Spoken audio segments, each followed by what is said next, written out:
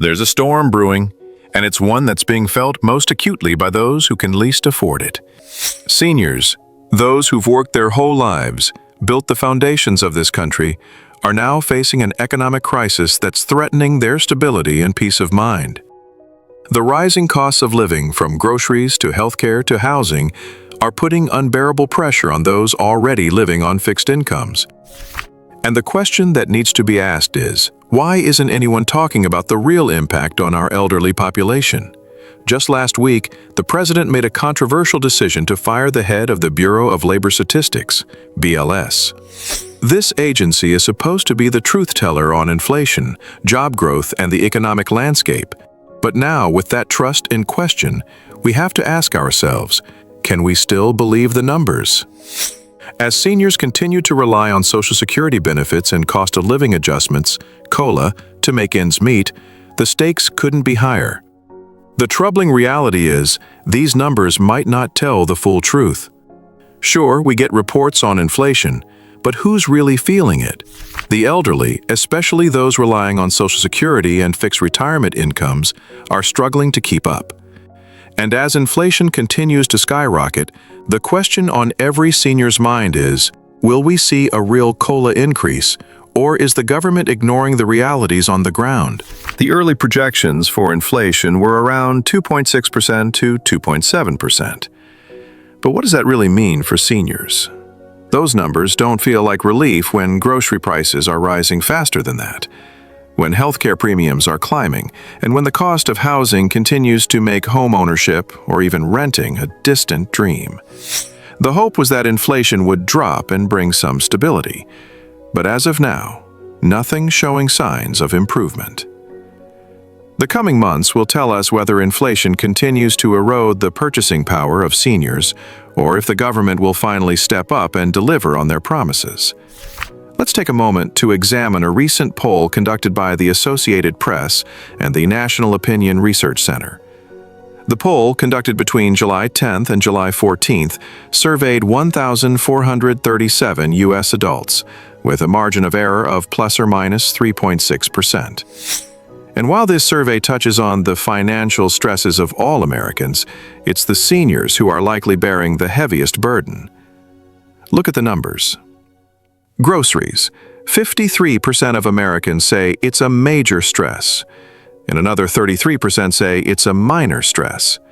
For seniors living on Social Security, this isn't just a statistic. It's a daily struggle to afford the basics. Many are now faced with the horrifying reality of choosing between food and medicine. These choices, once unthinkable, are now commonplace for millions of elderly Americans. Housing costs. 47% say it's a major stress. For seniors on fixed incomes, this is a critical issue. With limited options for affordable housing, many are faced with the impossible decision of choosing between food and shelter. The idea of downsizing is no longer an option for many. They're already living in modest homes or apartments, and yet rent continues to climb, making it impossible for them to escape this financial vice. Wages. 43% report that their income is a major stress. For seniors who have retired, these wages don't exist anymore, but the reality of rising costs remains. Social Security may cover the basics, but it's not enough to shield seniors from the crushing weight of inflation. For many, the only option left is to keep working well past retirement age, if they're physically able, a choice no senior should have to make. Healthcare. 42% of people say it's a major stress, and seniors are disproportionately impacted. With healthcare costs continuing to rise, many elderly Americans are forced to choose between paying for prescriptions or paying for food. The added burden of higher premiums, copays, and out-of-pocket expenses is pushing them further into poverty, leaving them with little hope for relief. These numbers don't lie, and they tell a story of widespread economic strain. But what's even more troubling is the growing disconnect between what's happening on the ground and the narratives being pushed by those in power. The promise was simple. The government would work to bring prices down, ease the burden on the American people. Yet here we are, with grocery prices still rising, rents climbing, and the elderly left to fend for themselves. The government's handling of this crisis isn't just a failure. It's a betrayal of the very people who have spent their lives contributing to this nation. When President Trump promised to bring down the cost of goods, we all hoped for a brighter future. But more than 6 months later, those promises remain broken. The truth is, many of the elderly who voted for change are now realizing that the promises made were nothing more than empty words, and the cost is theirs to bear alone. And then there's the situation in major retailers like Walmart, where digital price tags are now being used to manipulate costs instantaneously. It's a practice that could very well lead to surge pricing, where prices fluctuate depending on demand, a model that could disproportionately affect seniors on fixed incomes. This may be happening slowly, but mark my words, it's coming. These changes will likely affect the most vulnerable first, those who are least able to absorb the impact. For now, the question remains, how much longer will we sit back and allow the system to fail our most vulnerable? How much longer will seniors be forced to face these struggles alone?